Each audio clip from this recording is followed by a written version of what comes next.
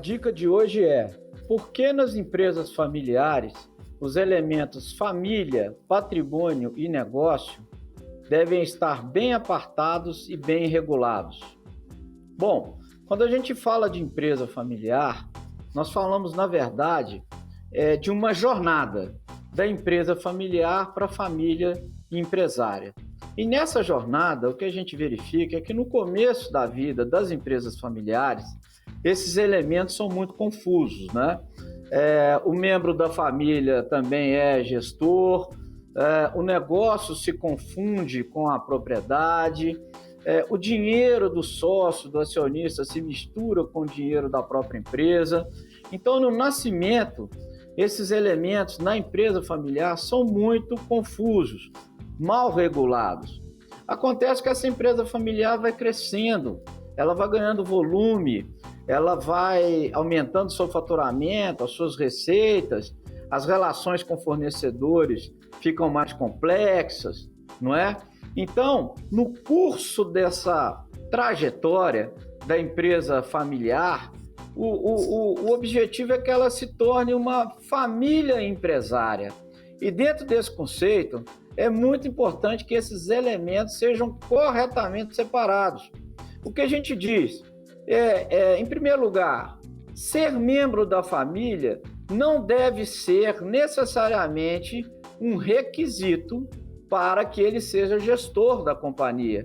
Ele pode ser membro da família, proprietário, portanto, do negócio, mas não necessariamente ser gestor, não é? Não é pelo DNA que se chama da família ao posto de diretor executivo, presidente da empresa. Não é simplesmente pela comunidade, é pela competência. Então, esse é um primeiro ponto muito importante. Ser membro da não deve necessariamente conduzir aquele membro a um cargo de gestão. E quando a gente começa, então, a pensar nisso, a gente começa a regular o elemento família dentro deste conjunto que é confuso no início da vida das empresas familiares. Quando a gente fala de negócio, a gente, então, tem que separar negócio de propriedade. O negócio, efetivamente, não tem que deter imóveis, né? A empresa cresce, às vezes adquire imóvel, adquire patrimônio, que na grande maioria das ações não tem nada a ver com o negócio em si da companhia familiar. Então, é muito importante que isso seja apartado, isso seja separado. O negócio é, de fato, uma propriedade, é um investimento. Mas o imobilizado, aquilo que a gente está estando no curso, né, da vida da empresa familiar, isso tem que estar separado do negócio. Como também tem que estar separado do dinheiro do sócio. O dinheiro do sócio é do sócio, a empresa é da empresa. Coisas não podem se confundir. E, em geral, são esses elementos confusos que conduzem as empresas familiares a uma situação de dificuldade, seja na primeira geração, na geração dos fundadores, seja na geração dos filhos ou dos sucessores, quando esses elementos não são muito bem organizados. É muito comum a família, a empresa familiar nascer com esses elementos muito imbricados, muito confusos, mas a intenção, o objetivo é que no curso da vida dessa empresa, no curso da vida dessa família, essa família se torne uma família empresária. E esses conceitos sejam absolutamente regulados por meio de acordos, a gente vai falar de acordos de cotistas, acordos de acionistas, enfim, por uma série de instrumentos societários, enfim, que vão regular com precisão. Nós temos números muito importantes para a gente pegar das empresas familiares, das geradores para a geração dos filhos, né, da primeira geração. De cada 100 empresas no Brasil, apenas 34 sobrevivem. Então, é um índice muito alto de mortandade, de óbito das empresas familiares, da primeira ou da geração dos fundadores para a geração dos filhos. Para a geração dos netos, a taxa ainda é muito maior. Poucas empresas sobrevivem. E a maioria dos óbitos ocorre exatamente em função dessa desorganização desses elementos, né? As empresas incham, crescem muito, os acionistas vão morrendo, os herdeiros vão chegando no quadro societário e vão, ao mesmo tempo, assumindo postos de gestão sem ter competência para isso. E aí o grupo familiar, a empresa familiar, pode chegar a um final infeliz. O objetivo sempre deve ser o da perenização do negócio familiar. O negócio tem que ser perene. E para ser perene, esse negócio, essa empresa, esse empreendimento familiar, né, ele tem que estar imune aos problemas da vida dos sócios. Um divórcio, por exemplo, uma separação não pode afetar o negócio. A morte de um sócio não pode afetar o negócio. O negócio tem que continuar livre, indene desses problemas que são comuns à vida de todos nós, né? Disse aqui 2 exemplos que podem afetar severamente a vida de uma empresa familiar, que é ou óbito, né? Ou um divórcio, separação, até mesmo a incapacidade da família.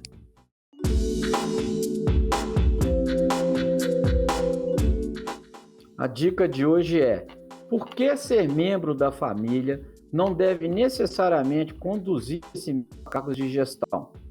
Bom, falamos lá da família empresária, da empresa familiar, ela nasce com esses elementos muito confusos.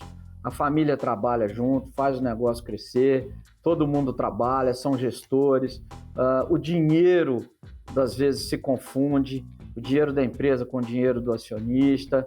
Então, esses elementos são propriedade, esses elementos são muito confusos, né?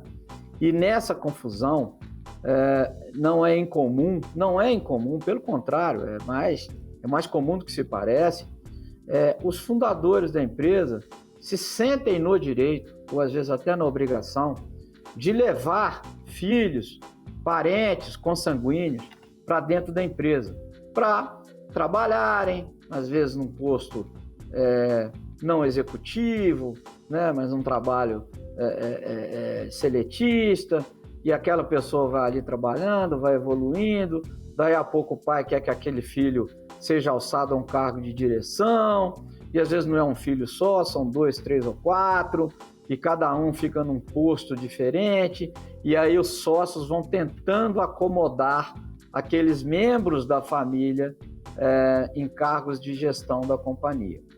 E o que a gente vê, via de regra, primeiro, todos têm a consanguinidade, mas nem todos têm o DNA para a gestão do negócio.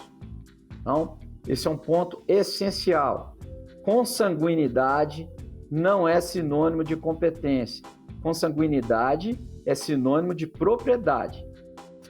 Quando vierem a serem donos daquela companhia na transição, mas não devem necessariamente, por esse elemento, serem conduzidos a cargos de gestão.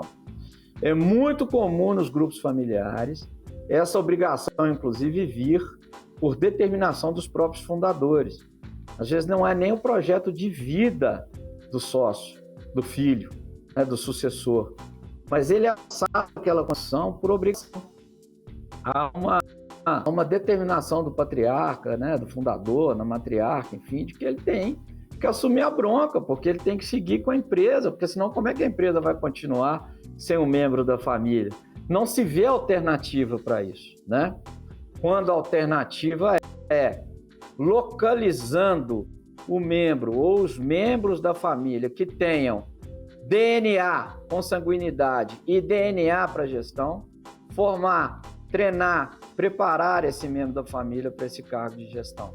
Isso que é importante. Ninguém nasce pronto, né? A pessoa vai entrar lá verde, vai às vezes entrar como estagiário, vai trabalhar em setores administrativos, chão de loja, chão de fábrica, e vai conhecendo o negócio, vai conhecendo a história do negócio.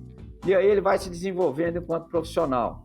E no curso dessa vida, ele se sente apto a, eventualmente, pleitear lá na frente um cargo de direção e gestão. E para isso ele vai ser preparado.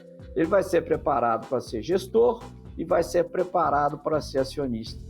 Então ele pode ser acionista e gestor ao mesmo tempo, mas para isso ele tem que ter a competência da gestão. E isso é treinável, isso é preparável, isso não pode cair de paraquedas. né? E esse é o grande erro, em geral, que os grupos familiares cometem e que causam essa grande taxa de mortandade e de óbito das empresas familiares, geração após geração. A eleição de membros da família para cargos de gestão, simplesmente por serem membros da família. É sempre desejável que a empresa familiar seja conduzida geração após geração com membros da família, mas membros da família que estejam aptos, preparados e interessados na condução do negócio. Caso contrário, vai dar errado. E como é que a gente trava isso? Como é que a gente cria regras para isso? Num acordo de acionistas ou num acordo de cotistas. A gente cria moldes objetivos para que somente dentro daquele molde o membro da família possa acessar o cargo diretivo, diretor executivo, CEO, o nome que se dê. Mas ele só pode chegar àquele cargo se em determinado momento ele atender aqueles requisitos que são objetivos, que estão documentados, seja no contrato social, seja nos acordos paralelos, né?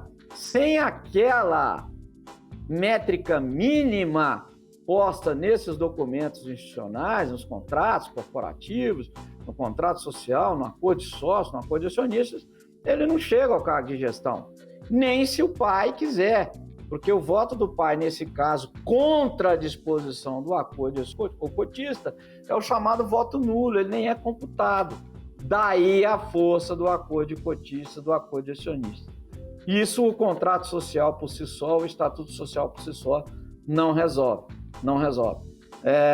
Nós já vimos casos de empresas absolutamente inviáveis, sob o ponto de vista de gestão, porque tem lá 60, 65 acionistas. Os acionistas foram chegando na companhia em função da morte dos seus pais, geração após geração.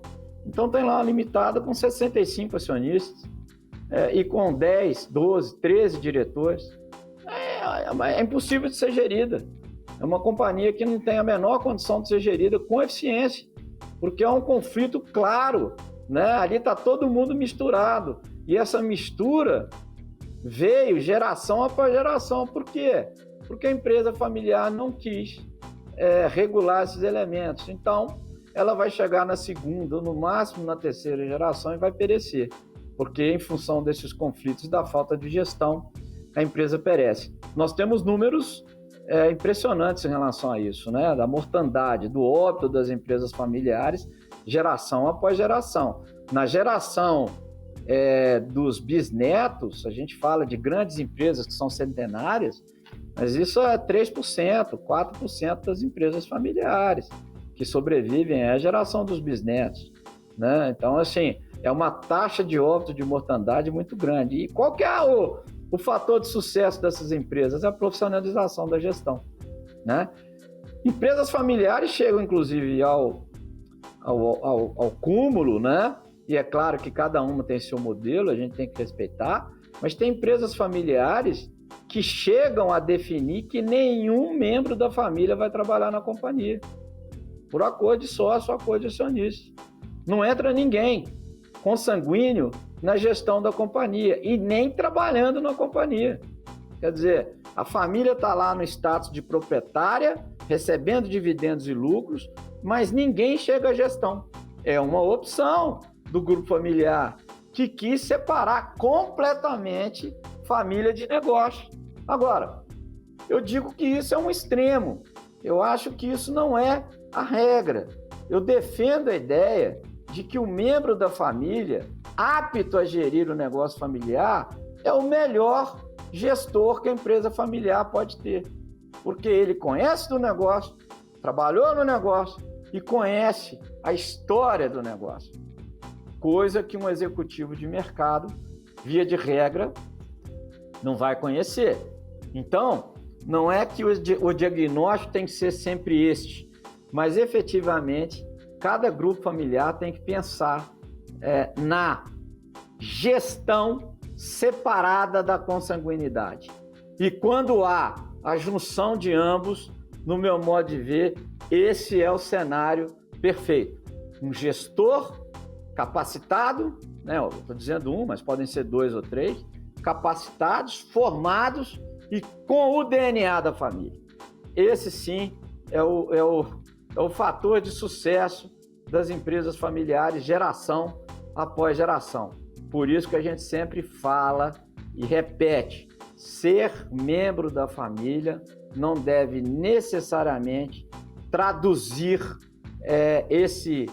essa característica ou conduzir esse indivíduo para um cargo de gestão da empresa familiar nessa indispensável jornada da empresa familiar para a família empresária.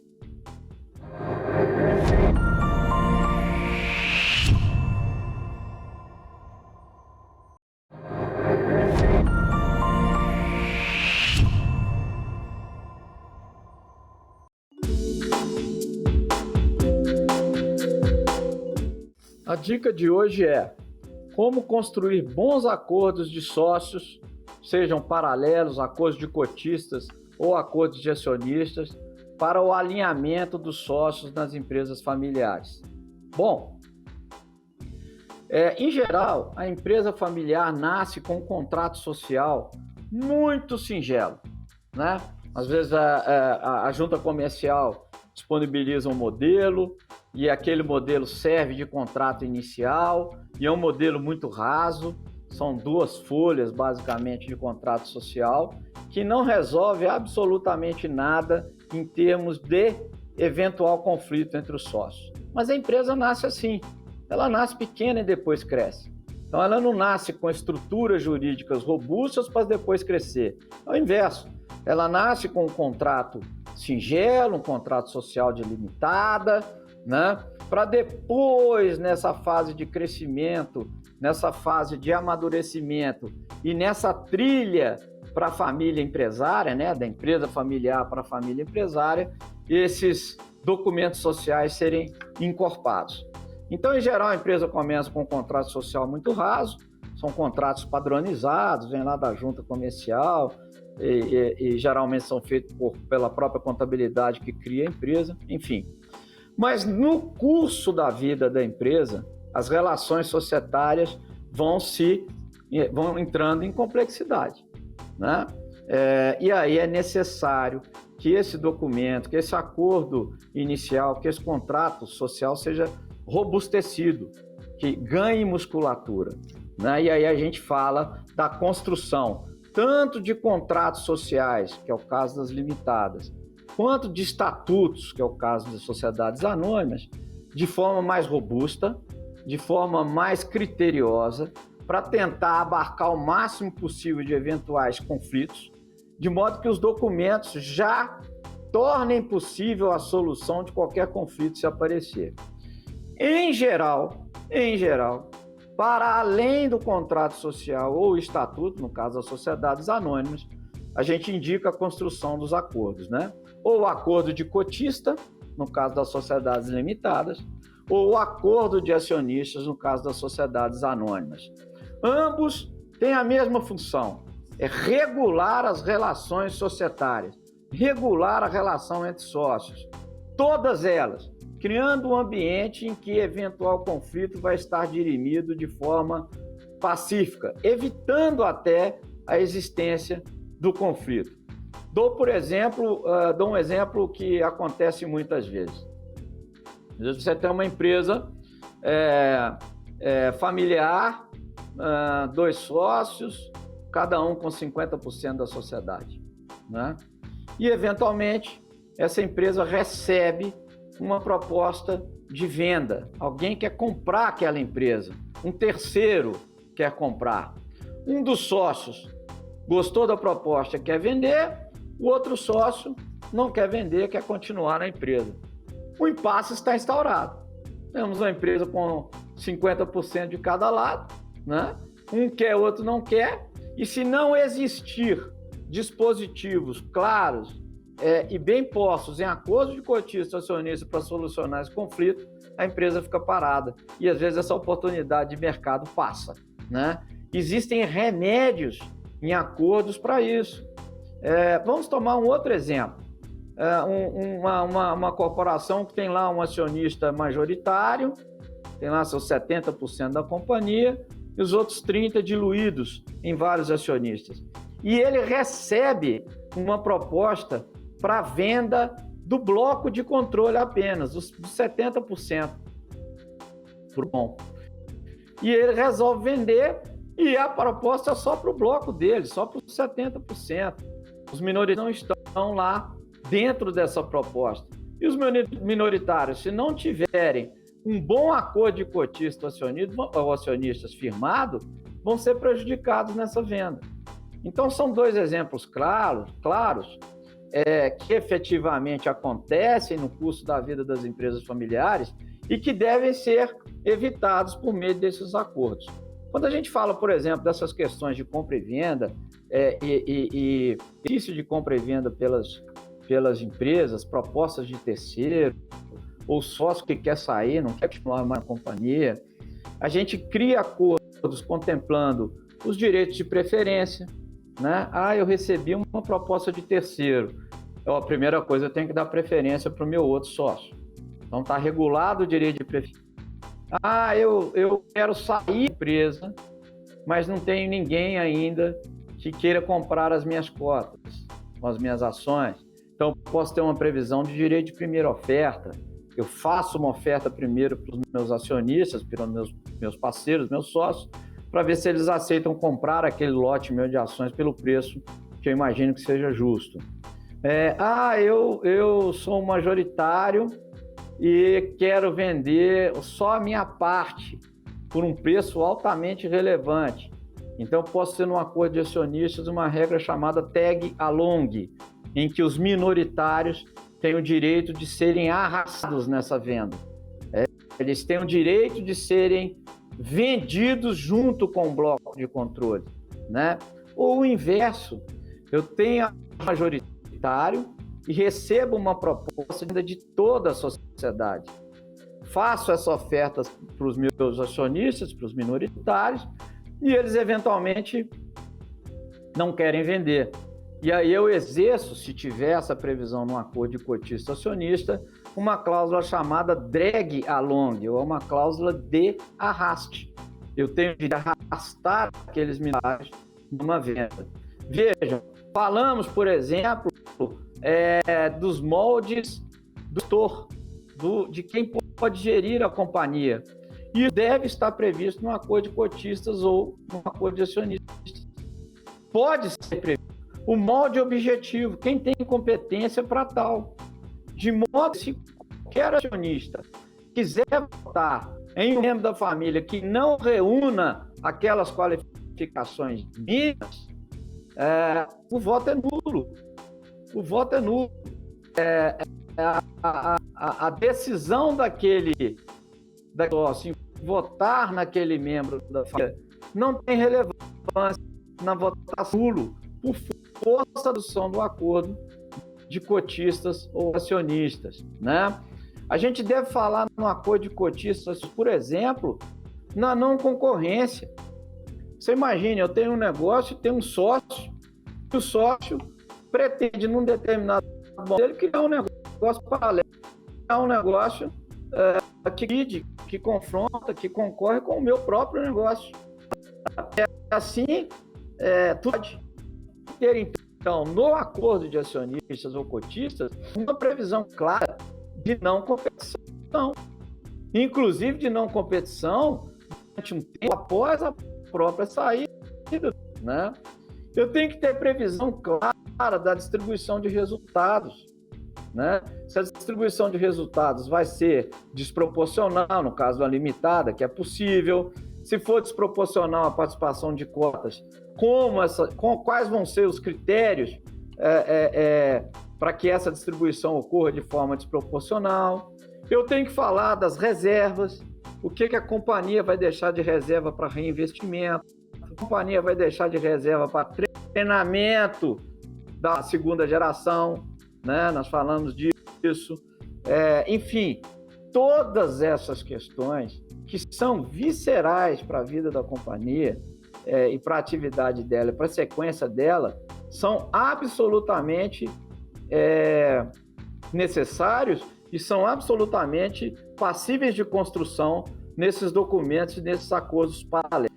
Porque, via de regra, o contrato social não os resolve.